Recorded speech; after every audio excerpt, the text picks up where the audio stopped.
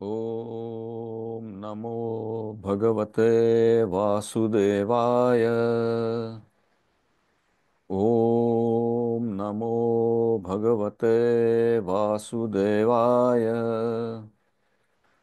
ओम नमो भगवते वासुदेवाय।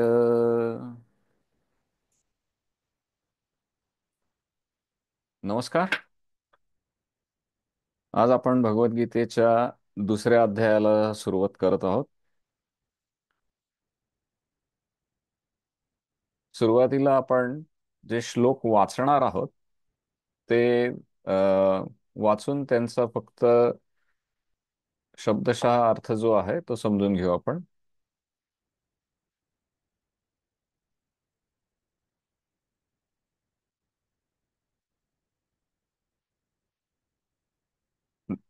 क्रमांक 2. श्री भगवान उवाच कुतस्त्वा कश्मलमिदं विषमे समुपस्थितम् अनार्यजुष्टमस्वर्ग्यम् अकीर्तिकरमर्जुन. भाषांतर श्रील प्रभुपादांकडून. पुरुषोत्तम श्री भगवान म्हणाले, हे अर्जुन, तुझ्यामध्ये अशा अशुद्ध गोष्टी कशा आल्या?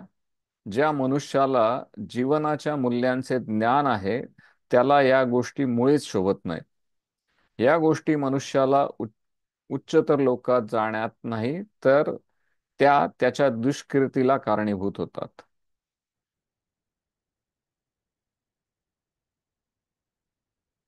2.5.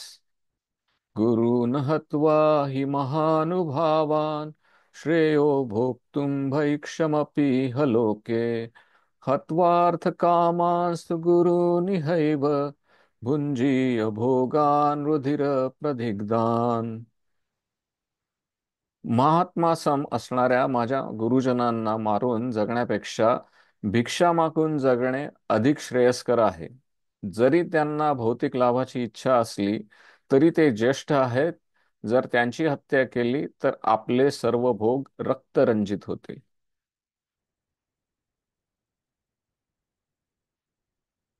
2.12. न त्वेवाहं जातु नासं न त्वं नेमे जनाधिपः न चैव न भविष्यामः सर्वे वयमतः परम्. ज्या काळी मी, तू आणि हे सर्व राजे अस्तित्वात नव्हते असा काळ कधीही नव्हता आणि भविष्य काळात आपण अस्तित्वहीन होणार असेही नाही.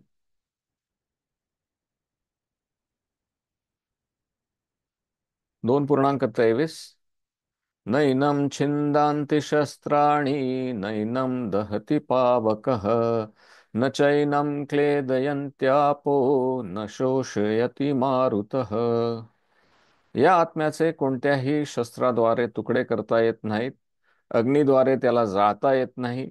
पाण्याद्वारे त्याला भिजवता येत नाही. तसेच वाऱ्याने त्याला सुकविताही येत नाही.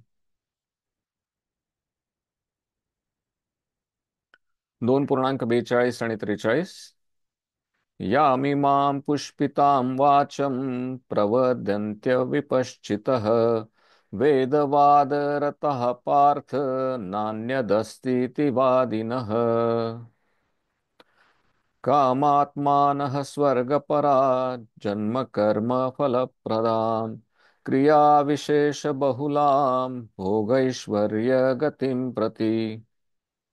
अल्पज्ञ लोक वेदांमधील अलंकारिक शब्दांवर अत्यंत आसक्त असतात, कारण त्यात स्वर्गाप्रत उन्नत होण्याकरिता निरनिराळ्या सकाम कर्मे, त्यापासून मिळणारा जन्म, शक्ती इत्यादींना मान्यता देण्यात आली आहे.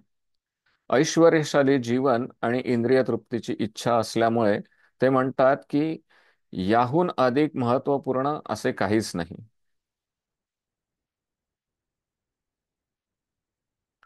2.46. यावानर्थ उदपाने सर्वतः संप्लुतोदके तावान् सर्वेषु वेदेषु ब्राह्मणस्य विजानतः.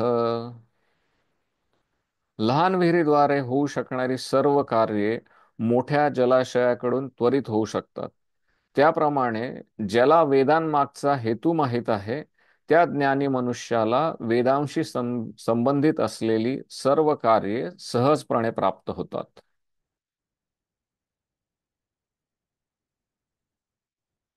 2.62. ध्यायतो विषयान् पुंसः सङ्गस्तेषुपजायते, संगात् संजायते कामः, कामात् क्रोधोऽभिजायते. इंद्रिय विषयांचे चिंतन करीत असताना मनुष्याची त्या विषयांच्या ठिकाणी आसक्ती वाढत जाते आणि अशा आसक्तीपासून काम उत्पन्न होतो आणि कामापासून क्रोधाचा उद्भव होतो. 2.63. क्रोधात् भवति सम्मोहः, सम्मोहात् स्मृतिविभ्रमः, स्मृतिभ्रंशात् बुद्धिनाशो, बुद्धिनाशात् प्रणश्यति. क्रोधापासून संमोह निर्माण होतो आणि मोहापासून स्मृती भ्रमित होते. जेव्हा स्मृती भ्रमित होते तेव्हा बुद्धिनाश होतो आणि बुद्धिनाश होतो तेव्हा मनुष्याचे पुन्हा भौतिक अंधकूपात पतन होते.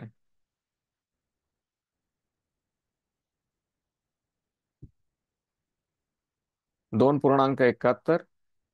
विहाय कामान् यः सर्वान् पुमांश्चरति निःस्पृहः, निर्ममो निरहंकार स शांतीम अधिगच्छति. ज्या मनुष्याने इंद्रिय तृप्तीच्या सर्व इच्छांचा त्याग केला आहे, जो निस्पृह अथवा इच्छारहित जीवन जगत आहे, ज्याने पूर्णपणे स्वामित्वाच्या भावनांचा त्याग केला आहे, ज्याच्या ठिकाणी मिथ्या अहंकार नाही, तोच केवळ वास्तविक शांती प्राप्त करू शकतो. 2.72. एषा ब्राह्मी स्थिती पार्थ नैनां प्राप्य विमुह्यति, स्थित्वा स्यामन्तकालेऽपि ब्रह्मनिर्वाणमृच्छति. आध्यात्मिक आणि दिव्य जीवनाचा हाच मार्ग आहे आणि याची प्राप्ती झाल्यावर मनुष्य मोहित होत नाही. मृत्यूच्या शेवटच्या क्षणीही जर एखादा याप्रमाणे स्थित असेल तर तो भगवत धामात प्रवेश करू शकतो.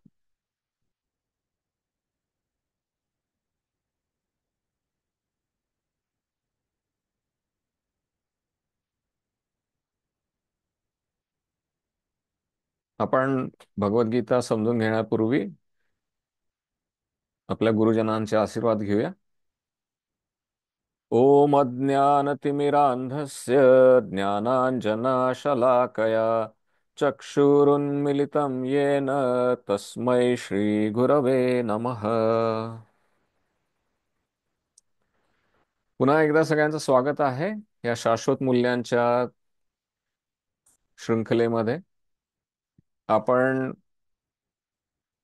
मागच्या पंधरवड्यात पहिला अध्याय समजून घेतला, तर आपण दुसऱ्या अध्यायाची सुरुवात करण्यापूर्वी एकदा पहिल्या अध्यायाचा एकदा संक्षेपमध्ये आढावा घेऊया.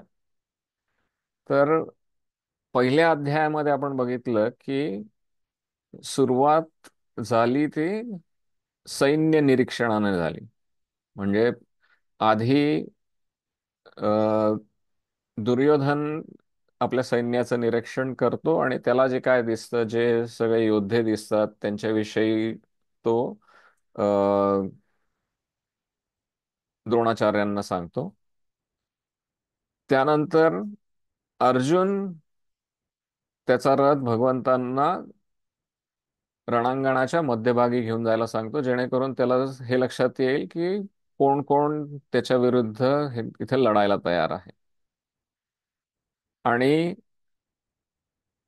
नंतर आपण बघितलं की भगवंत कसे भक्तवत्सल आहेत. म्हणजे भगवंतांनी अर्जुनासाठी एक सर्वसाधारण सारथ्याची जागा घेतली, जेणेकरून ते या युद्धापासून अलिप्त जरी असले तरी ते युद्धाच्या अगदी मध्यभागी अर्जुनाच्या सोबत आहेत. आणि मग नंतर आपण बघितलं की अर्जुनाला अ, अर्जुन व्यथित झाला आणि त्यांनी युद्धामध्ये त्याला सगळीकडे सगळं काही विपरीतच दिसायला लागेल. आणि त्यांनी चार मुख्य कारणांमुळे त्यांनी लढण्यासाठी नकार दिला. सगळ्यात पहिली, करुणा. आपल्या सगळ्या आप्तजनांविषयी त्याची करुणा होती आणि त्यांना मारलं तर आपल्या आयुष्याला काही उपयोग राहणार नाही असं त्याचं म्हणणं होतं. म्हणून पहिला करुणा. त्यानंतर दुसरा आहे तो आनंद, की जर कधी आपण आपल्याच आप्तजनांना मारलं तर त्याच्यातून आपल्याला आनंद तरी उपभोगता येईल का. तिसरा जो आहे तो पाप लागेल म्हणून, म्हणजे आपल्या आप्तजनांना, इतर लोकांना, आपल्या वरिष्ठांना मारल्यामुळे आपल्याला पाप लागेल अशी त्याची भीती होती. आणि चौथं त्याचं जे कारण होतं त्याच्यामध्ये त्याचं म्हणणं होतं की जर सगळे अ, वरिष्ठ आणि आप्तेष्ट जर मारले गेले तर त्याच्या पुढच्या पिढीला मार्गदर्शन करायला कोणी उरणार नाही आणि त्यामुळे सगळ्या परंपरांचा नाश होईल. आणि परंपरांचा नाश झाल्यामुळे सगळीकडेच हल्लकल्लोळ माजेल आणि अ, अ, अर्जुन एक विशेष शब्द वापरतो की वर्णसंकर होईल. वर्णसंकर म्हणजे हे जे अशी अ, अशी संतती जिचा काही उपयोग नाही, अशी संतती म्हणजे संस्कृतीहीन अ, आणि सगळाच विध्वंस करणारी सगळी संतती निर्माण होईल, असे त्यांनी कारण सगळे दिले. आणि तो रणांगणावरती आपल्या रथावरती आसनस्थ झाला. आणि भगवंतांना त्यांनी सांगून टाकलं की मी हे युद्ध लढणार नाही.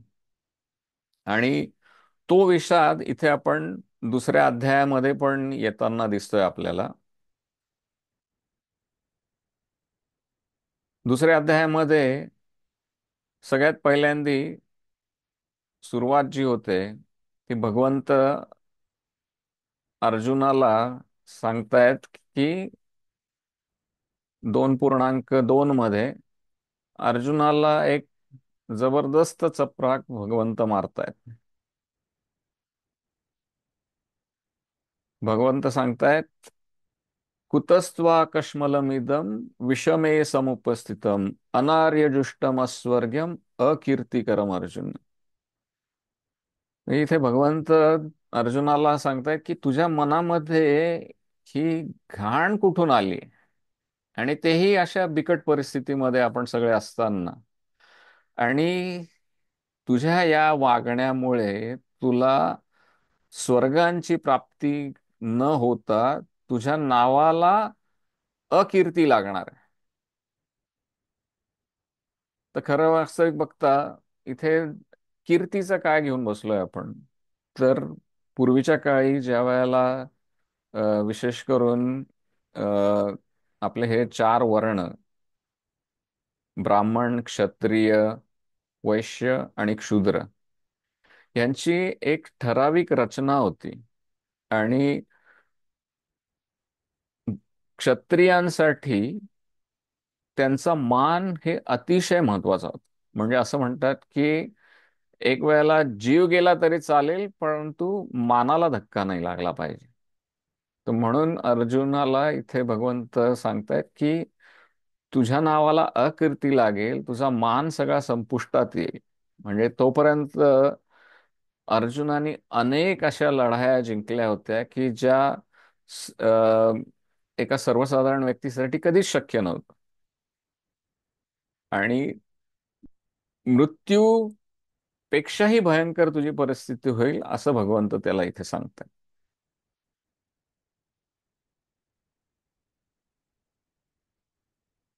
त्यानंतर अर्जुन तरी सुद्धा आपल्या त्याची री ओढतच राहतो. आणि इथे 2.5 मध्ये आणि पुढच्या काही श्लोकांमध्ये अर्जुन त्याच्या विषादामध्येच आहे अजूनही. तो म्हणतो की मी जर कधी माझ्या गुरुजनांना मारलं आणि इतर महानुभावांना मारलं तर माझ्या आयुष्याला काहीही उपयोग राहणार नाही. आणि ते करण्यापेक्षा भिक्षा मागून जरी जगायला लागलं तरी सुद्धा मला ते चालणार आहे. म्हणजे आपण विचार करू शकतो की एखादा व्यक्ती क्षत्रियासारखा क्षत्रिय जो अ, जे इतर लोकांच्या अशी लढाई करून ती जिंकून आणि आपलं ऐश्वर्य भोगण्याची ज्यांना संधी होती किंवा त्यांचं ते कर्तव्य होतं, असा अर्जुन भगवंतांना सांगतोय की मी ही लढाई करण्यापेक्षा भिक्षा मागून जरी जगायला लागलं तरीही चालेल मला. कारण की त्याचं म्हणणं आहे की ह्या सगळ्या गुरूंना, आपल्या आप्तेष्टांना मारलं तर आपल्याला, आपण जे काय ते उपभोगणार आहोत ते सगळं रक्तरंजित होणार आहे. म्हणजे किती कोमल हृदयाचा अर्जुन होता हे आपल्याला इथून लक्षात येतं. आता वास्तविक बघता सगळ्या भक्तांची ही हे एक वैशिष्ट्य असतं, म्हणजे की त्यांचं हृदय अतिशय कोमल असतं. परंतु कोमलता ही कुठे दाखवायची, कोणाला दाखवायची आणि कशासाठी दाखवायची, हे आपल्याला नेहमी समजून घ्यायला हवं. नाहीतर अर्जुनाची आता जशी परिस्थिती झालेली आहे तशीच परिस्थिती वारंवार होत राहत. आणि करुणा कोणाला दाखवायची, कोणाला क्षमा करायचं, याचं ज्ञान नसल्यामुळे आपल्या हिंदू परंपरेमध्ये, आपल्या हिंदू इतिहासामध्ये अनेक अशा मोठ्या मोठ्या घोडचुका झालेल्या आहेत की ज्या आपण आज पण भोगतो आहोत. आणि याचं एक सगळ्यात ज्वलंत उदाहरण म्हणजे पृथ्वीराज चव्हाणांनी ज्या वेळेला अल्लाउद्दीन खिल्जी 17 वेळा त्याच्यावर चालून आला, 17 वेळा पृथ्वीराज चव्हाणांनी त्यांना माफ केलं, त्याला परत जाऊ दिली. का? कारण की प्रत्येक वेळेला लढाईमध्ये हारला की अल्लाउद्दीन खिल्जीकडून निरोप यायचा की आम्ही तुम्हाला शरण येत आहोत. आणि राजपुतांमध्ये असं मानलं जातं की जो व्यक्ती शरण येतो त्याला आपण शरण दिली पाहिजे, त्याला अभयदान दिलं पाहिजे. पण जो व्यक्ती 17 वेळा प्रत्येक वेळेला पुढची पुढची तयारी करून येऊन तुमच्याशी लढाई करतोय, तर त्यावेळेला अशा व्यक्तीला करुणा दाखवायची गरज आहे का? आणि 18व्या वेळेला जेव्हा अल्लाउद्दीन खिल्जी आला, त्यांनी सगळ्यांची काय परिस्थिती केली आपण ते बघतोय. म्हणजे पृथ्वीराजांना इतक्या यातना देऊन मारण्यात आलं, त्यांच्या पत्नीचे दुर्व्यवहार करण्यात आला. आणि तिथून एक खिंडार पडला आपल्या संस्कृतीला, जेणेकरून पुढे हे यवनांचं राज्य सुरू झालं आपल्या भारतामध्ये. त्यामुळे आपल्याला हे सगळे आपल्या भावना आहेत, त्या भावनांना आपल्याला आवर हा घालताच आला पाहिजे. भावना आपल्या कधी वाहवत जाऊ नये आपल्या भावनांच्या भरामध्ये. धर्माच्या दृष्टीने काय योग्य आहे ते करायलाच पाहिजे. आणि धर्म हा काही एक म्हणजे एक ठराविक साचेबद्ध क्रिया नाहीये. धर्म काळ, परिस्थिती या सगळ्या गोष्टींप्रमाणे बदलत जातं. आणि त्याप्रमाणे आपण त्या त्या क्षणी आपल्याला वागता आलं पाहिजे. अर्जुनाचा विषाद तरी सुद्धा चालूच आहे. आणि पुढे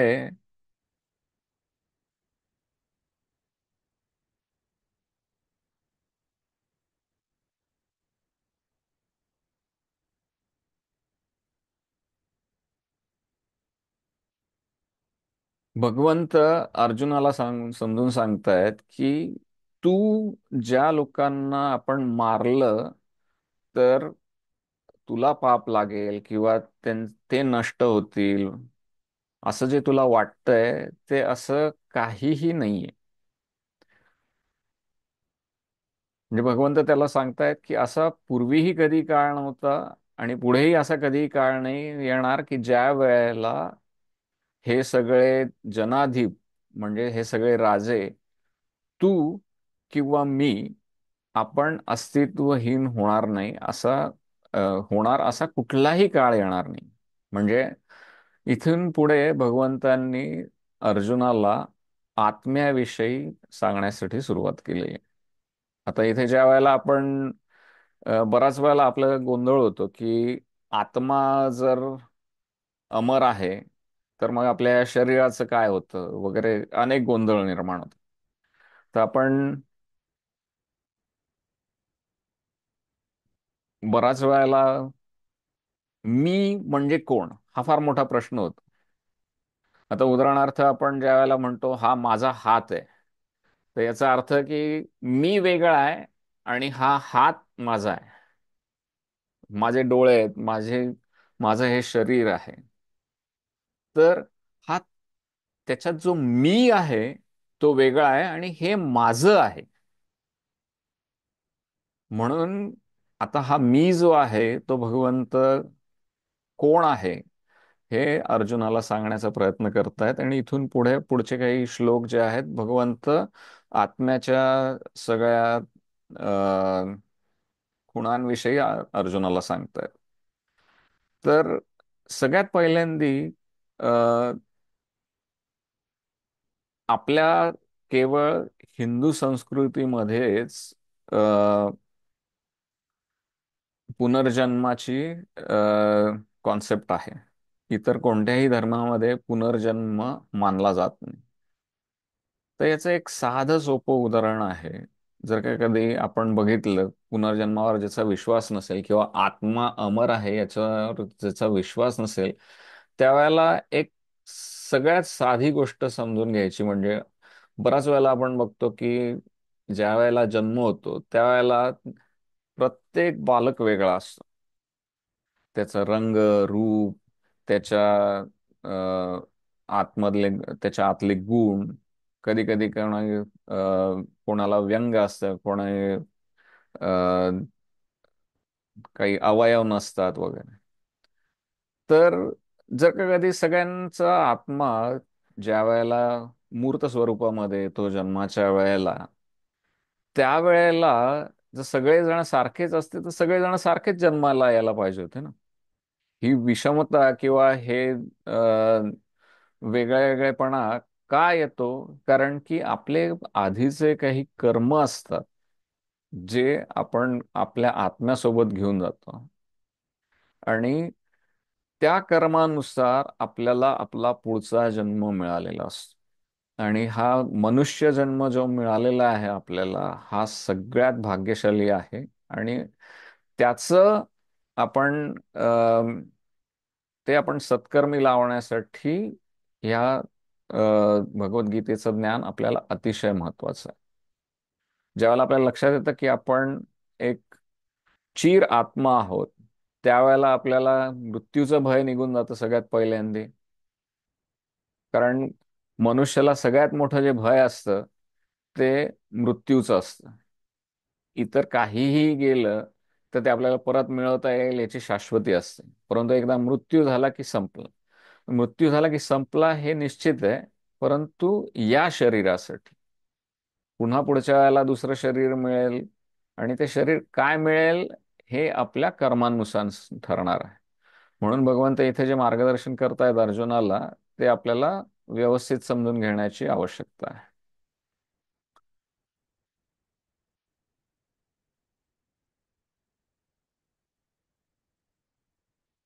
आणि आत्म्याविषयी सांगताना पुढे पुढे भगवंत जेव्हा जात आहेत त्यावेळेला आणखीन एक सांगतायत आत्म्याविषयी की आत्म्याला हा श्लोक म्हणजे आपण अनेक वेळा ऐकलेला आहे. नैनम छिंदन्ति शस्त्राणि नैनम दहति पावकः न चैनम क्लेदयन्त्यापो न शोषयति मारुत. हा श्लोक आपण अनेक वेळा ऐकलेला आहे. आणि खरं म्हणजे आपण बघतो की पेपरामध्ये वगैरे ज्या वेळेला एखादी निधनाची बातमी येते त्यावेळेला त्याच्यावर हे लिहिलेलं असतं. आणि लहानपणी जेव्हा आम्ही तर गावकरी देशदूत वगैरे वाचलं की हे लक्षातच यायचं नाही की हा श्लोक कशाला लिहिलाय बुवा हे दुःखद बातमीमध्ये. तर ज्या वेळेला आपण त्याचा अर्थ बघतो त्यावेळेला लक्षात येतं की इथे भगवंतांनी आपल्या आत्म्याविषयी काय काय सांगून ठेवलंय. ह्या आत्म्याला कोणत्याही प्रकारच्या शस्त्राने त्याला छेदता येत नाही, अग्नीने त्याला जाळता येत नाही, पाण्याद्वारे त्याला भिजवता येत नाही आणि वाऱ्याने त्याला सुकवता येत. म्हणजे हा आपला आत्मा जो आहे तो अमर आहे. पण याचा अर्थ असा होतो का की आपण जाऊन कोणालाही मारत सुटायचं, कोणाशी भांडणं करत बसायचे, त्याला मारायचं, हे करायचं आणि वरून सांगायचं हे शरीर काय नश्वरच आहे, ते काय त्याची फारशी काळजी करायची गरज नाही. हे मी तुला आतमध्ये काही करत नाही, तुझा आतमध्ये आत्मा सुरक्षित आहे. असं जर काही केलं तर तो वेडेपणाच ठरेल, राईट. परंतु ज्या वेळेला नैसर्गिकरित्या एखाद्या व्यक्तीला निधन येतं त्यावेळेला आपल्याला हे जाणून घ्यायला पाहिजे की हा शरीर जे आहे ते नश्वर आहे, पण आत्मा जो आहे तो चिरंतन आहे, सच्चिदानंद आहे. तर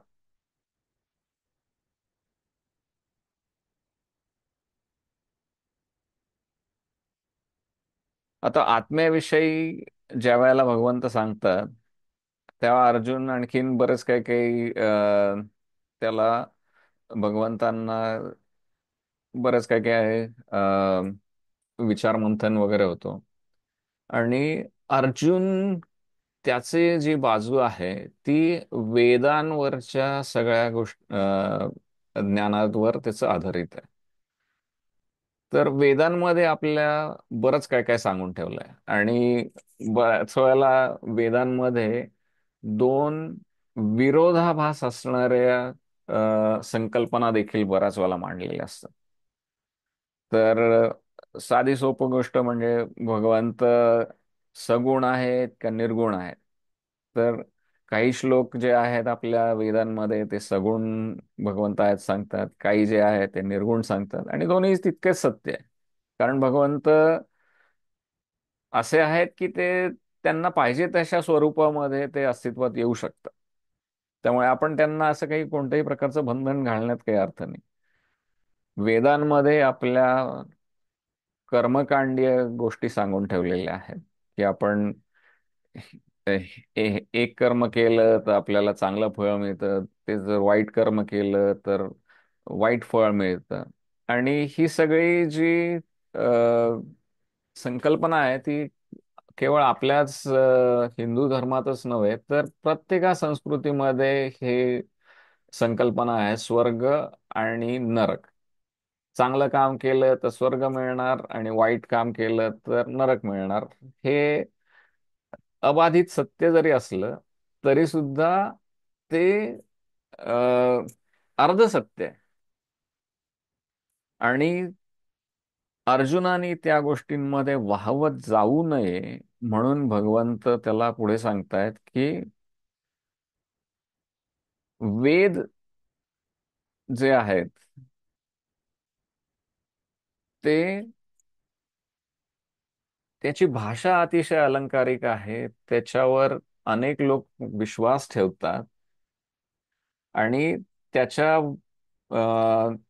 त्या ज्ञानाच्या द्वारे ते अ, स्वर्गामध्ये जाण्याचा प्रयत्न करतात. परंतु सगळ्यात महत्वाचं म्हणजे आपल्याला हे समजायला पाहिजे की कर्मकांडामध्ये सगळ्या सगळे जे कार्यपद्धती जी सांगितली आहे ती सकाम कर्म आहे. सकाम कर्म म्हणजे काय की कोणत्या तरी विशिष्ट फळाच्या इच्छेने केलेलं काम.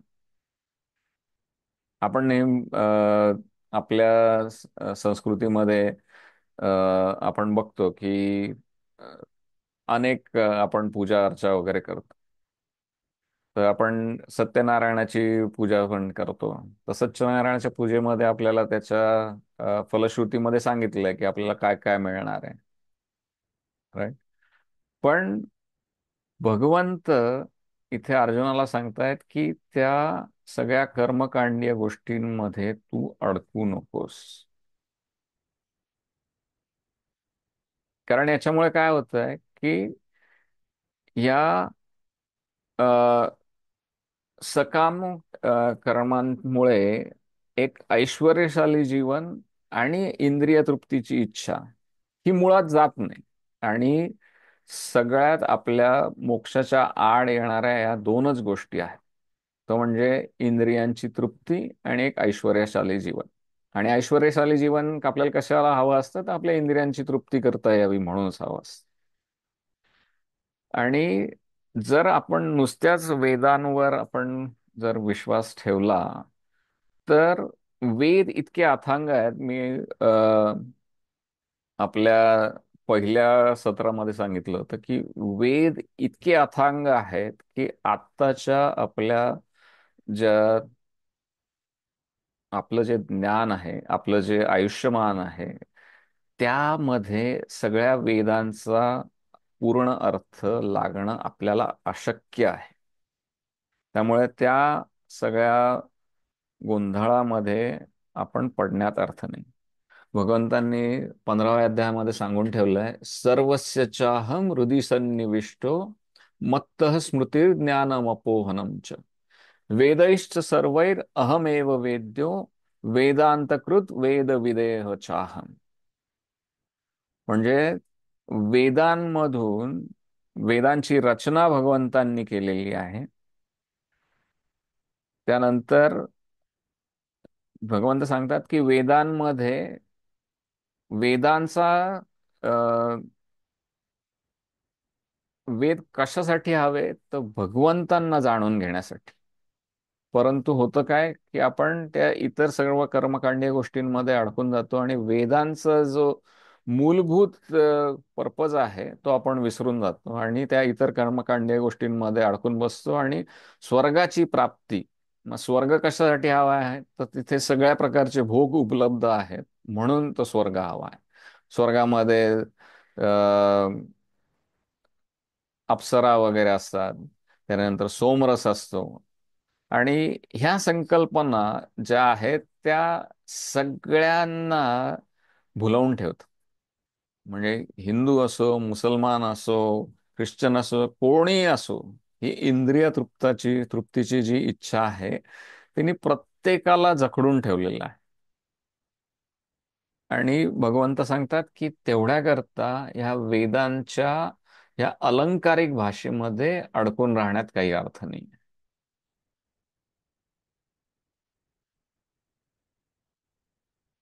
पुढे 46 मध्ये भगवंत सांगतायत, यावान अर्थ उदपाने सर्वतः संप्लुतोदके तावान सर्वेषु वेदेषु ब्राह्मणस्य विजानतः. आता आपण वास्तविक बघता दिवसेंदिवस विहीर वगैरे ह्या सगळ्या गोष्टी आपल्याला आता लुप्त होत चाललेल्या आहे. पूर्वी घराघरामध्ये आड विहीर असायची. त्यामुळे ह्या भगवंतांनी हे जे उदाहरण दिलेले आहेत ते समजायला पण सोपी होती. की विहीर म्हणजे एक छोटेसे आपण घरामध्ये किंवा शेतामध्ये केलेले पाण्यासाठीचा एक सोर्स असायचा. आणि त्याचं जे अ, त्याचं जे काम आहे एखाद्या विहिरीचं, की आपल्याला पाणी देणं. मग तेच जर कधी आपण नदीवर गेलं तर तेच पाणी कितीतरी मोठ्या प्रमाणामध्ये आपल्याला उपलब्ध होऊ शकतं. भगवंत आपल्याला हे सांगताय. आणि इथे हा दृष्टांत देण्याचं भगवंतांचं कारण असं आहे की भगवंत सांगतात की वेदांचा अ, वेदांची गरज कशासाठी आहे, तर भगवंतांना समजून घेण्यासाठीची गरज आहे. आणि तेच जर का कधी एखाद्या सोप्या पद्धतीने आपल्याला मिळत असेल, तर आपण त्या सगळ्या भानगडीत न पडता त्या सोप्या मार्गाने जावं. म्हणजे आता उदाहरणार्थ वेदांचा ची मूलभूत गरज जी आहे आपण बघितलं ती भगवंतांना समजून घेणे. जर का कधी भगवंत समजले तर आपल्याला वेदांची गरजच राहणार. आणि भगवंत समजण्यासाठी आता भगवंतांनी खूप सोपा मार्ग आपल्याला उपलब्ध करून दिला आहे, तो म्हणजे भगवद्गीतेचा. त्यांनी स्वतःच्या विषयी एवढी माहिती देऊन ठेवली की आपल्याला त्याच्यामधून भगवंत काय आहे ते समजेल, भगवंत आणि आपलं नातं काय आहे ते समजेल, आणि त्यांना प्राप्त करण्यासाठीची क्रिया काय आहे ते पण भगवंत आपल्याला सांगतो. आणि या भगवत प्राप्तीमध्ये अनेक जे अडथळे आपल्या आयुष्यामध्ये येतात त्याविषयी पुढे भगवंत आपल्याला सांगतील इथे आता. तर हे जे दोन श्लोक आहेत अतिशय महत्वाचे श्लोक आहेत.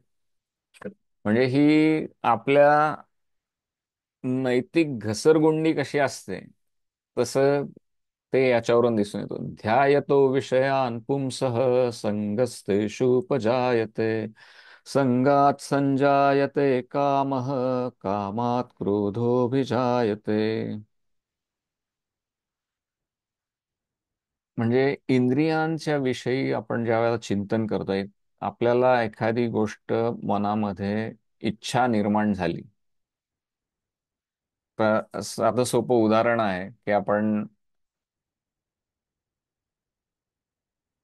एखाद्या वेळेला रात्री आता जेवण खावणं झाल्यानंतर आपला असा विचार असतो की जाऊन आता ते एखाद्या टपरीवर मसाला दूध प्यायचं. तर मसाला दूध पिण्यासाठी म्हणून आपण अ, आवरून सावरून वगैरे निघतो आणि जातो. त्या नेहमीचे जे दुधाची गाडी लागलेली असते त्या ठिकाणावर जातो आणि पोचतो, आणि तिथे गेल्यावर लक्षात येतं की यार आज ती गाडी आलेलीच नाही. तर त्याच्यामुळे साहजिक काय होतं की आपल्याला राग येतो. तर भगवंतांनी इथे आपल्याला सांगून ठेवलंय की कुठल्याही गोष्टींची इन कुठल्याही इंद्रिय तृप्तीची इच्छा जी आहे ती आपल्या अधपतनाचं कारण होऊ शकते. कारण ती इच्छा जेव्हा आसक्तीमध्ये रूपांतरित होते त्यावेळेला आपल्याला असं वाटायला लागतं की आपल्याला ही वस्तू जर नाही मिळाली तर आपल्याला ते अजिबात चालणार नाहीये, ती गोष्ट संकल्पनाच आपल्याला अमान्य होते. मग आपण त्या वस्तू मिळवण्यासाठी किंवा त्या गोष्टी मिळवण्यासाठी आपण म्हणजे अक्षरशः वेडे होतो. आणि याचं एक उदाहरण, अतिशय बीभत्स उदाहरण म्हणजे आपल्या समाजामध्ये सध्या जे स्त्रियांवरती विशेष करून ऍसिड अटॅक्स जे झालेले आहेत, ते म्हणजे याच्यावरूनच दिसून येतं ते. म्हणजे ही प्रेमाची संकल्पना काय आहे तेच लक्षात येत नाही. की म्हणजे ज्या व्यक्तीवर प्रेम केलं त्या व्यक्तीने नाही म्हटलं म्हणून त्याच्या चेहऱ्यावर ऍसिड फेकणं इतकी घाणेरड्या स्तरावर आपल्याला नीतिमत्ता आज गेलेली आहे. आणि दिवसेंदिवस हे असे प्रसंग वाढत आहेत. का? कारण की भगवंतांनी इथे जसं सांगितलं आहे की क्रोधात भवती सम्मोह, पुढच्या श्लोकामध्ये भगवंत आणखीन सांगतात 63 मध्ये,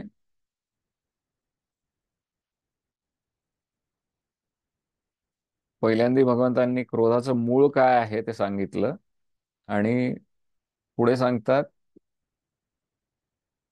क्रोधात भवति सम्मोहः, सम्मोहात् स्मृतिविभ्रमः, स्मृतिभ्रंशात् बुद्धिनाशो, बुद्धिनाशात् प्रणश्यति. म्हणजे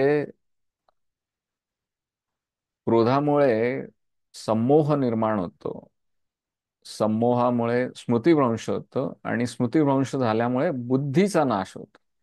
आणि हे उदाहरण आपण मी आता जे सांगितलं की एकल प्रेमामध्ये ज्या व्यक्तीवर प्रेम केलं त्याच व्यक्तीच्या चेहऱ्यावरती ऍसिड फेकणं, हे पूर्णपणे बुद्धिनाशाचं उदाहरण आहे.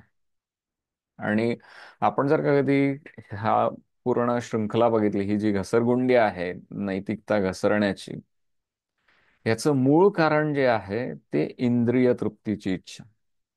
आणि इंद्रिय तृप्तीची इच्छा कुठे असते? ते आपल्या मनामध्ये असते. बराच वेळेला म्हणतो आपण की जिभेला चळ लागली, पण जिभेला चळ लागत नाही कधीच. चळली लागते ती मनामध्ये लागते. मनाला चळ लागते, म्हणजे आपल्याला इच्छा होते की आता उदाहरणार्थ की मला आता गुलाबजाम खायचे, तर मग गुलाबजाम खायचा ही इच्छा मनामध्ये निर्माण होते. मग आपण त्याच्यासाठी सगळा पुढचा द्राविडी प्राणायाम करावा लागतो. एक तर म्हणजे आपण खवा बिवा घेऊन येणार, ते सगळं एकत्र करणार, तळणार, आपण ते साखरेच्या पाकामध्ये सोडणार आणि मग खाणार. तर म्हणजे केवळ मनामध्ये इच्छा निर्माण झाली, त्यामुळे आपण हा पुढचे सगळे द्राविडी प्राणायाम करायला लागतो. तर ही जे मनाचं जे उदाहरण आहे ते भगवंतांनी अ, भागवतामध्ये हा दृष्टांत दिलेला आहे की आपले जे इंद्रिय आहेत, मग पंचेंद्रिय, ज्ञानेंद्रिय आणि कर्मेंद्रिय, हे जे आहेत हे आपल्या मनाच्या अधीन असतात. आणि आपलं मन जे आहे ते आपल्या बुद्धीच्या अधीन असायला पाहिजे. तर ज्या वेळेला हे मन जोपर्यंत बुद्धीच्या अधीन असतं, तोपर्यंत आपल्याला आपल्या इच्छा आकांक्षांवर आपल्याला नियंत्रण ठेवता येतं. इच्छा आकांक्षांवर नियंत्रण ठेवल्यामुळे आपल्याला आपल्या इंद्रियांवर नियंत्रण ठेवता येतं आणि मग आपल्या हातून सत्कार्य घडायला लागतं. परंतु तेच जर उलट झालं, आपलं मन वरती गेलं, म्हणजे ह्या हायरार्कीमध्ये जर मन वरती गेलं, तर आपल्या मनामध्ये जे काय इच्छा आहे त्याला आपण आपल्या बुद्धीला नियंत्रित करतं ते मन. आणि मग ती जी अशी विकृत झालेली जी बुद्धी असते, त्याच्यामधून आपले कर्मेंद्रिय जे आहेत ते कर्म करायला लागतात. आणि मी आता जे उदाहरण दिलं ते ऍसिड फेकण्याचं, हे एक अशाच प्रकारचं एक उदाहरण आहे की मन व्यथित झालंय, तर ज्या अर्थी त्या व्यक्तीला इतके इतकं ज्ञान आहे की वो आपल्याला ह्या व्यक्तीला दुखवायचं असेल किंवा इजा पोचवायची असेल, तर आपल्याला ऍसिड फेकावं, म्हणजे याचा अर्थ त्याला बुद्धी आहे. परंतु ती बुद्धी जी आहे ती विकृत झाली आहे. का? कारण की विकृत मनाने ती बुद्धी जी आहे ती नियंत्रित केलेली आहे. आणि ती विकृत झाल्यामुळे आपले कर्मेंद्रिय जे आहे ते पण विकृत कर्मच करतात. म्हणून आपल्या मनावर नियंत्रण असणं हे अतिशय महत्वाचं. आणि अनेक श्लोकांमध्ये भगवंतांनी मनाच्या विषयी सांगितलेलं आहे. अर्जुन पण एका श्लोकामध्ये सांगतात की चंचलम ही मन कृष्ण प्रमाथी बलवत दृढ. म्हणजे मनाविषयी ची व्याख्या करताना अर्जुन सांगतो की मन हे इतकं बलशाली आहे. आणि म्हणजे वायूला, म्हणजे वाऱ्याला नियंत्रित करणं सोपं आहे, पण मनाला नियंत्रित करणं त्याच्यापेक्षा अवघड आहे, असं अर्जुन सांगतो. तर हे मनाचं जे नियंत्रण आहे, त्याच्यासाठी ही भगवद्गीता अतिशय महत्वाची आहे. आणि मन नियंत्रित झालं तर काय होतं, त्याच्याविषयी भगवंत पुढच्या श्लोकांमध्ये सांगतात आपल्याला.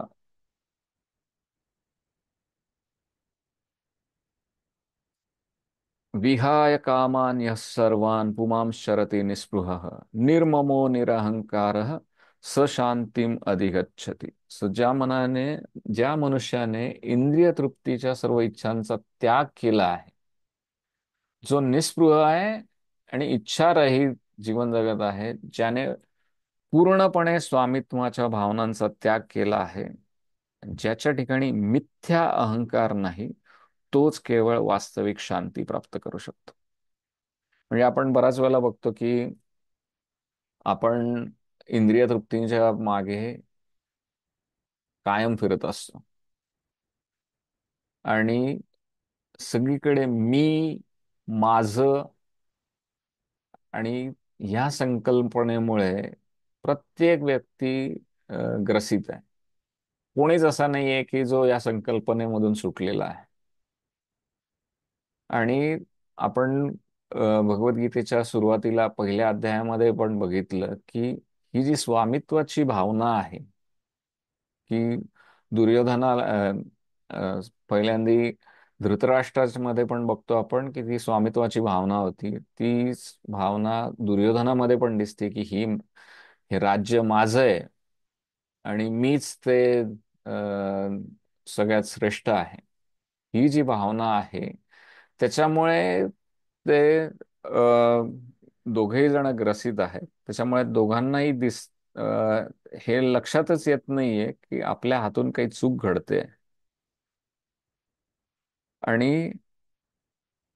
पाऊल घसरत घसरतच जातं आणि इथपर्यंत येतात ते की अ, द्यूत सभेमध्ये आपल्या स्वतःच्या वहिनीशी दुर्योधन, दुःशासन आणि इतर कौरव त्यांच्याशी तिच्याशी अपमानजनक कार्य करतात. तर निर्मम होणं म्हणजे स्वामित्वाची भावना सोडून देणं, हा सगळ्यात एक महत्वाचा विषय आहे. आता इच्छा रहित जीवन जगणं इथे भगवंत सांगतात. आता इच्छा रहित होणं शक्य आहे का आपल्याला? इच्छा रहित होणं हे शक्यच नाही. परंतु आपल्या इच्छा ज्या आहेत त्या आपण भगवंतांच्या शी जर आपल्याला संलग्न करता आल्या, तर त्या निदान इच्छा आपल्याला वाईट मार्गाला नेणार नाही. म्हणजे आता साधं उदाहरण असं आहे की आपण आता मी बोललो की एखाद्याला गोड आवडत असेल, गुलाबजाम आवडतात, तर साधं सोपं आहे की भगवंताला त्यांचा त्याचा नैवेद्य दाखवा आणि ते प्रसाद म्हणून ग्रहण करावं. तर ज्या वेळेला आपण ते प्रसाद म्हणून ग्रहण करतो, तर त्याच्या मागे आपण ते कर्म जे केलेलं आहे, ते सकाम कर्म निष्काम कर्मामध्ये रूपांतरित होत.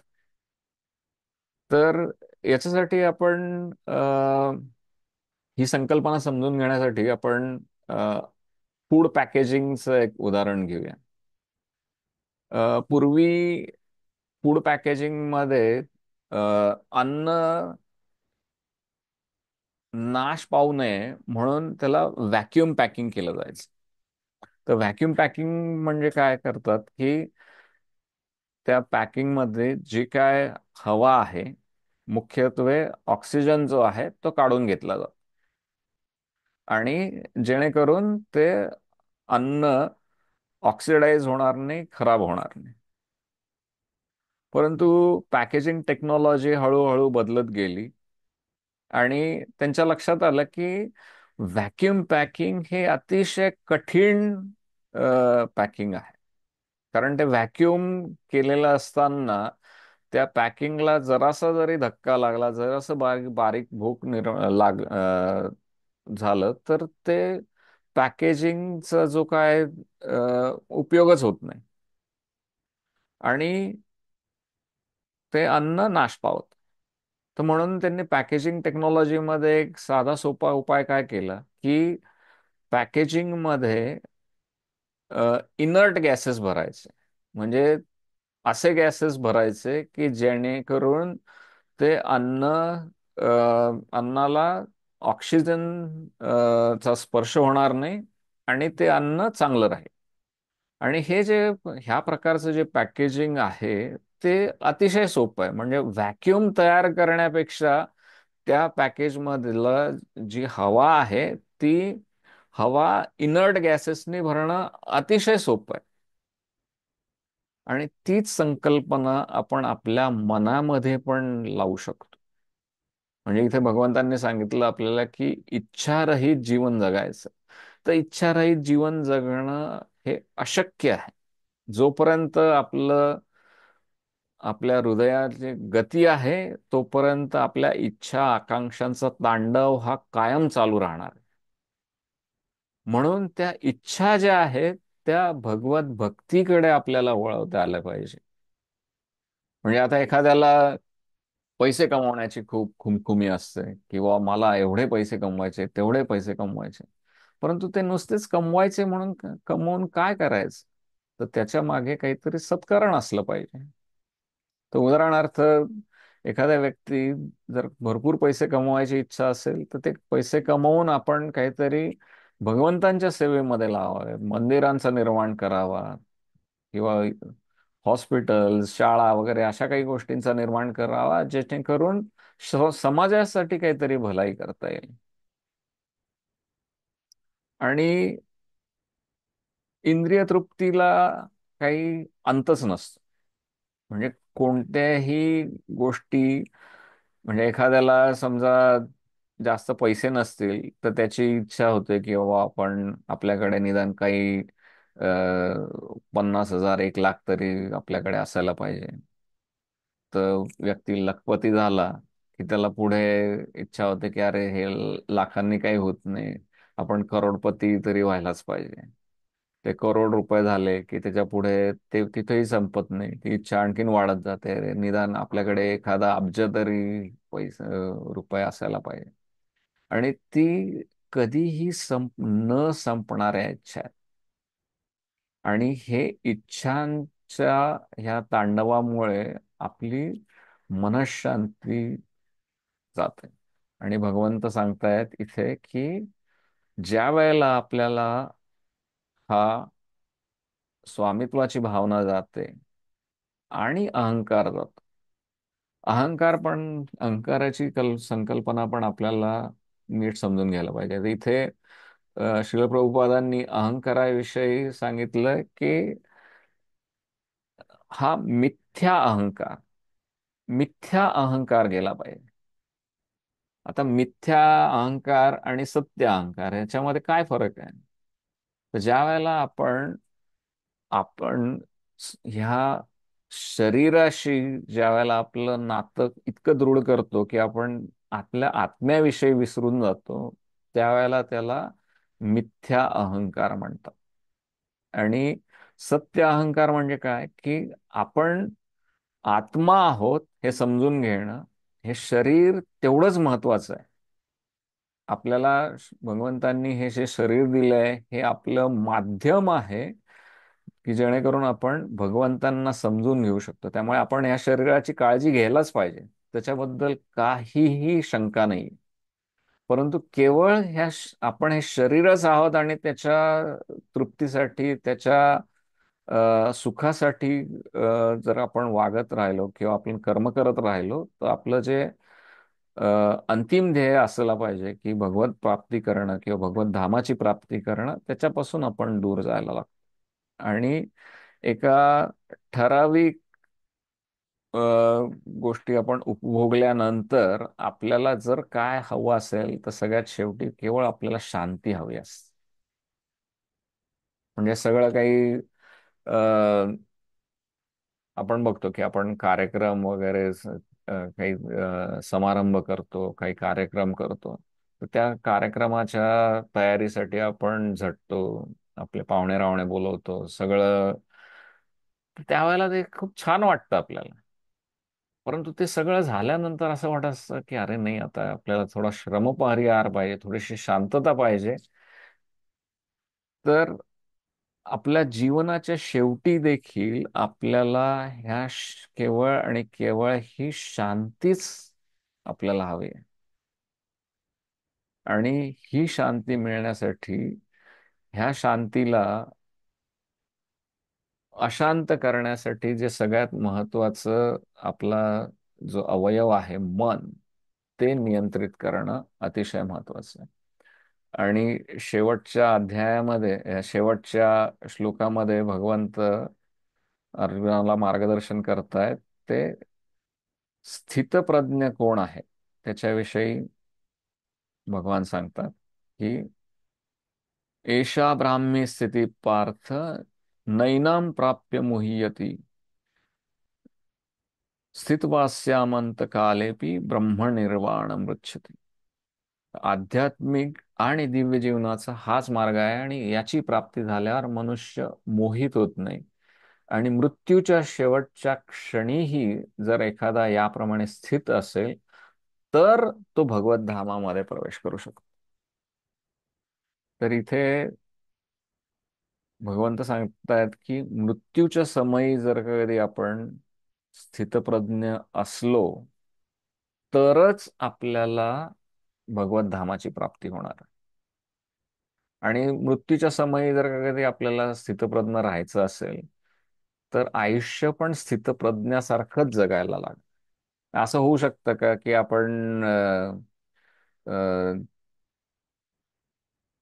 म्हणजे अचानक एखादी गोष्ट आपल्याला यायला नाही लागत, राईट? म्हणजे आता साधं सोपं उदाहरण घ्यायचं झालं तर अ, आपण सगळेच भारतीय क्रिकेटचे अतिशय प्रेमी आहोत. तर आता शेवटच्या ओव्हरचा शेवटचा बॉल आहे आणि जिंकायला 6 रन पाहिजे. तर ते 6 रन, शेवटच्या बॉलला 6 रन मारण्याची ताकद कोणाची आहे? सचिन तेंडुलकर करू शकतो, युवराज सिंग करू शकतो. का करू शकतात? कारण की त्यांनी त्याचा सराव केलेला आहे. कोणी सोम्या गोम्या तिथे जाऊन उभा राहिला आणि शेवटच्या बॉलला 6 मारायचे, हे त्याला कळत जरी असलं तरी त्या गोष्टीचा सराव नसल्यामुळे तो शेवटच्या बॉलला 6 मारू शकणार नाही, कारण की त्याला सराव नाही. त्याचप्रमाणे जर आपल्याला मृत्यूच्या समयी जर आपल्याला स्थितप्रज्ञ राहायचं असेल, तर त्याचा सराव आपल्याला आयुष्यभर करायला पाहिजे. अशा पद्धतीने भगवंतांनी सगळ्या भगवद्गीतेचा जो सारांश आहे, तो आता दुसऱ्या अध्यायामध्ये अर्जुनाला सांगितलं. तर आपण आता इथे थांबूया आणि काही जर प्रश्न असतील तर आपण प्रश्नोत्तरांच्या सत्रात जाऊया.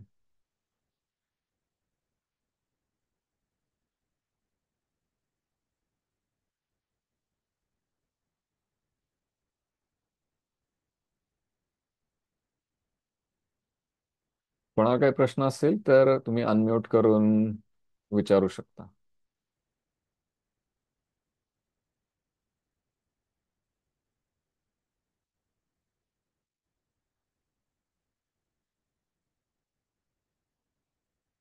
नामस्मरणाने आपल्या इच्छा आपोआप कमी होतात, असा माझा अनुभव आहे.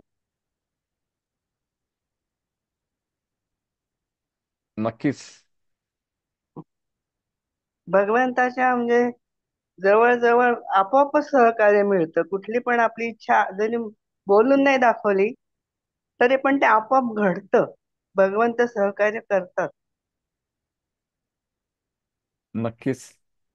नामस्मरणाचा महिमा आहेच तसा. नामस्मरण आणि गुरूंचे आशीर्वाद. दासबोधामध्ये हे खूप सांगितलेलं आहे. दासबोध सुद्धा उत्तम ग्रंथ आहे अगदी.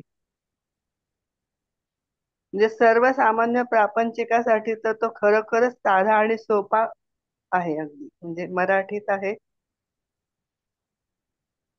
अगदी बरोबर आहे तुमचं.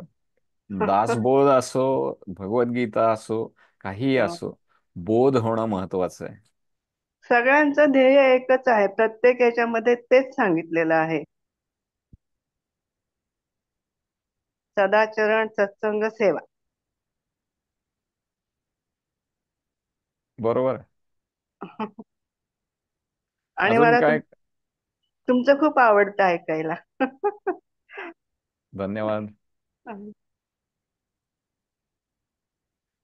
तुम्ही ब्रीफली इंट्रोड्यूस केलं तर फार बरं होईल, कारण इथे नावावरून लक्षात येत नाही. हो का? मला एवढं समजत नाही याचं. नाही, हरकत नाही. तुम्ही तुमचं नाव आता सांगू आहे का? शकता. हा हा. नेवासाच्या मंजिरी मामी आहेत त्या. ओ अच्छा, ओके. हा. हे माझ्या लक्षात नाही आलं नावावरून, कारण इथे मोबाईल ते वगैरे करत नाही. मोबाईलला रिअलमी नाव येत आहे फक्त. नातवाला आहे. नातवाने थोडं शिकवलेलं आहे त्याप्रमाणे करून बघते. मला एवढं काही येत नाही. आता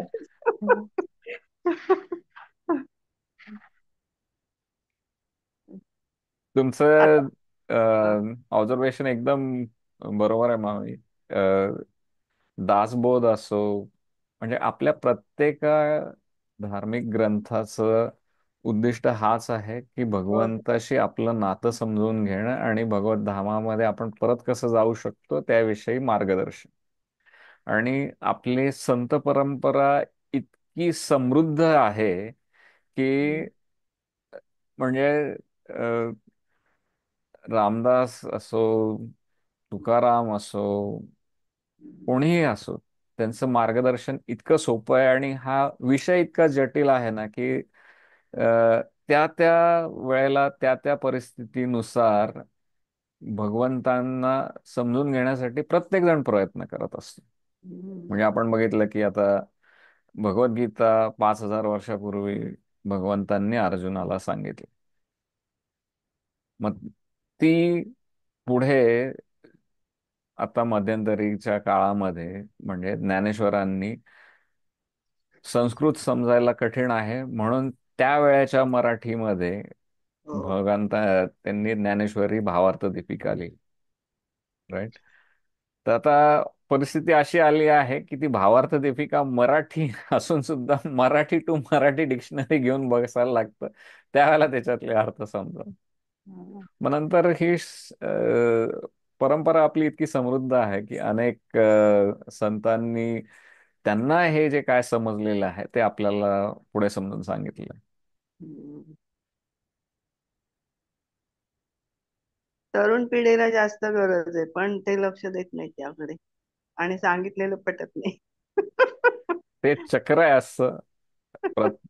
ते समजायला योग यावा लागतो. हो, ते तर आहे. ते योग येण्यासाठी प्रयत्न करायला लागतात आधी. परंतु भगवंतांनी सांगून ठेवलेलं आहे की प्रत्येकाला नाही जमत ते. म्हणजे मनुष्याणाम सहस्रेषु कश्चिद यतती सिद्धये यतताम अपि सिद्धानाम कश्चिन माम वेत्ती सत्वतः. सहस्त्रांमध्ये एखाद्याला माझ्याकडे येण्याची इच्छा होते आणि माझ्याकडे येण्याची इच्छा होणाऱ्यांपैकी एखाद्यालाच मी समजतो. हे भगवंतांनी त्यातलं स्टॅटिस्टिक्स स्वतः सांगून ठेवलेले त्याच्यामुळे जर का कधी आणि हे तरुणांनाच गरज आहे असं नाही.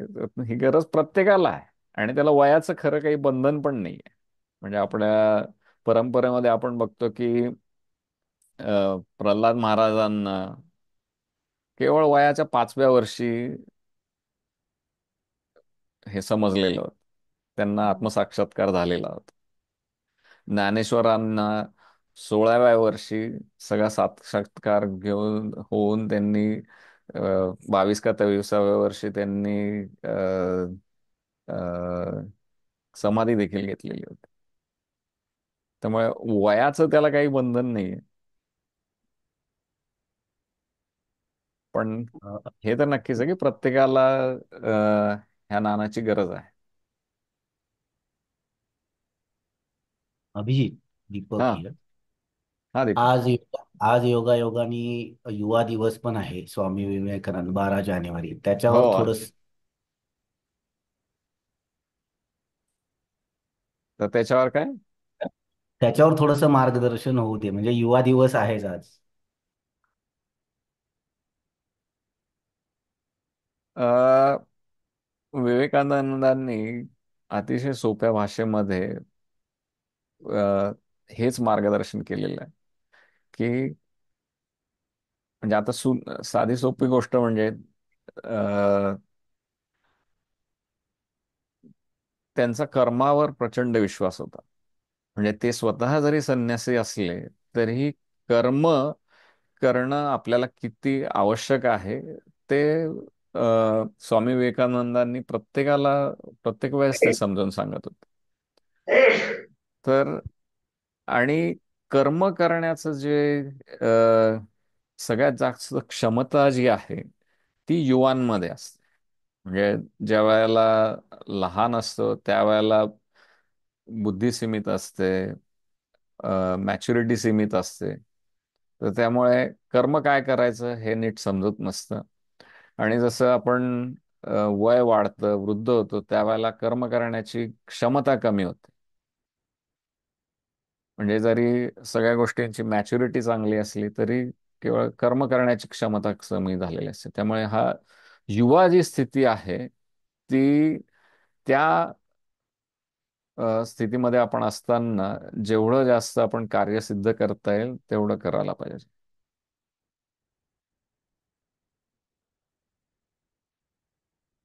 आणि कार्य काय योग्य अयोग्य आहे त्याच्यासाठी, ते समजण्यासाठी अ, भगवद्गीतेशिवाय इतर कोणताही सोपा मार्ग नाही. हे आपल्या आयुष्याचं मॅन्युअल आहे. आपण आयुष्य कसं जगायचं हे त्याच्यामध्ये समजून सांगितलं.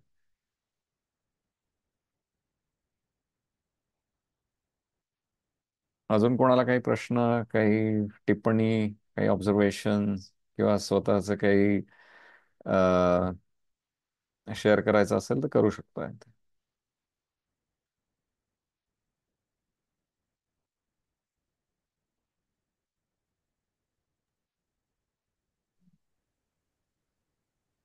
मला बोलायचंय.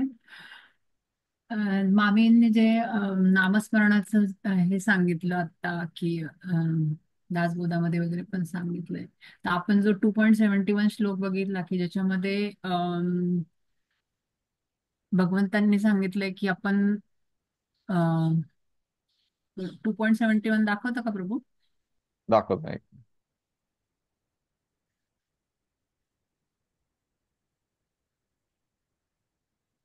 मृत्यूच्या शेवटच्या क्षणीही जर 2.71 का 72? 72 सॉरी. दिसतंय ना आता? मृत्यूच्या शेवटच्या क्षणी जर एखादा स्थित होऊ शकतो तरच तो भगवत धामात जाऊ शकतो. तर नामस्मरण हे त्याच्यासाठी खूप चांगला मार्ग आहे की तुम्ही जर कायम नामस्मरण ची प्रॅक्टिस करत राहिले. नामस्मरण असतंच त्याच्यासाठी बेसिकली की तुम्ही नामस्मरण जर करत राहिले तर तुम्हाला मृत्यूच्या वेळेस आपल्याला सगळं असं विदारक असतं. तर जर तुम्ही भगवंतांचं नाम जर कधी आयुष्यभर घेतलंच नसेल तर ते नाव कसं आठवेल तुम्हाला मृत्यूच्या वेळेस? सो त्याच्यासाठी पण नामस्मरण हा मार्ग खूप चांगला आहे की तुम्ही जर आयुष्यभर नामस्मरण करत असाल तरच तुम्हाला मृत्यूच्या वेळेस भगवंतांचं नावस्मरण होईल. नाही तुम्हाला माझ्या आप्तेष्ट आठवतील, अरे माझ्या मुलांचं कसं होईल, माझ्या मागे याचं कसं होईल, त्याचं कसं होईल, मग माझ्या ह्या इस्टेटीचं काय होईल वगैरे हे सगळं आठवत राहील आणि then तुम्ही भगवंतांचं नाव घ्यायलाच विसरून जा. सो नामस्मरणाची महती त्याच्यासाठी पण खूप आहे की मृत्यूच्या समयी तुम्हाला जर भगवंतांचं नाव आठवायचं असेल तर तुम्हाला आयुष्यभर नामस्मरण करायला हवं.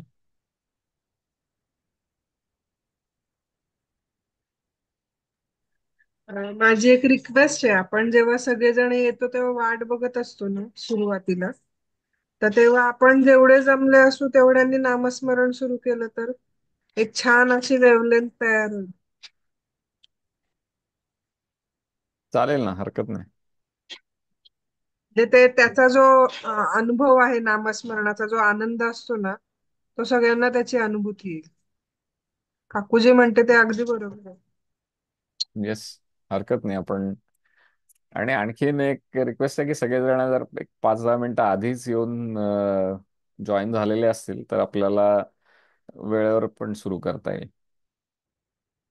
आणि अर्थातच ज्या वेळेला आपण मध्ये थांबलेलो असतो त्यावेळेला त्या वेळेचा आपण सदुपयोग नामस्मरणासाठी, हरे कृष्ण महामंत्राचा जप करण्यासाठी वगैरे आपण नक्कीच उपयोग करू शकतो.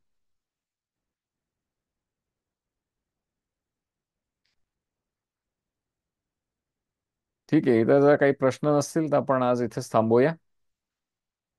सगळ्यांना पुन्हा एकदा धन्यवाद जॉईन होण्यासाठी. 15 दिवसांनी पुन्हा भेटूया आपण. 26 तारखेला सकाळी 8:30 वाजता भारतीय वेळेनुसार आणि 11 वाजता सिंगापूरच्या 26 वेळेनुसार. जानेवारी आहे. सो अरे हो, आपणच नसू 26 जानेवारी. येत्या रविवारी घ्यायचं का मग 19? अरे बोल, आपण 11 वाजेपर्यंत परत येऊन शकतो. सकाळी 9ला हो, असतं पण झेंडावंदन. बाकीच्यांना इंडियामध्ये हा, 8:30 भारतात असतात पण. ना, सो हा. 26 जानेवारी मोठा दिवस आहे हो, प्रजासत्ताक झेंडावंदनाला दिनाच्या. वगैरे या अ, जाऊ शकतात सगळेजण. ऑफिसमध्ये पण असतं ऍक्च्युली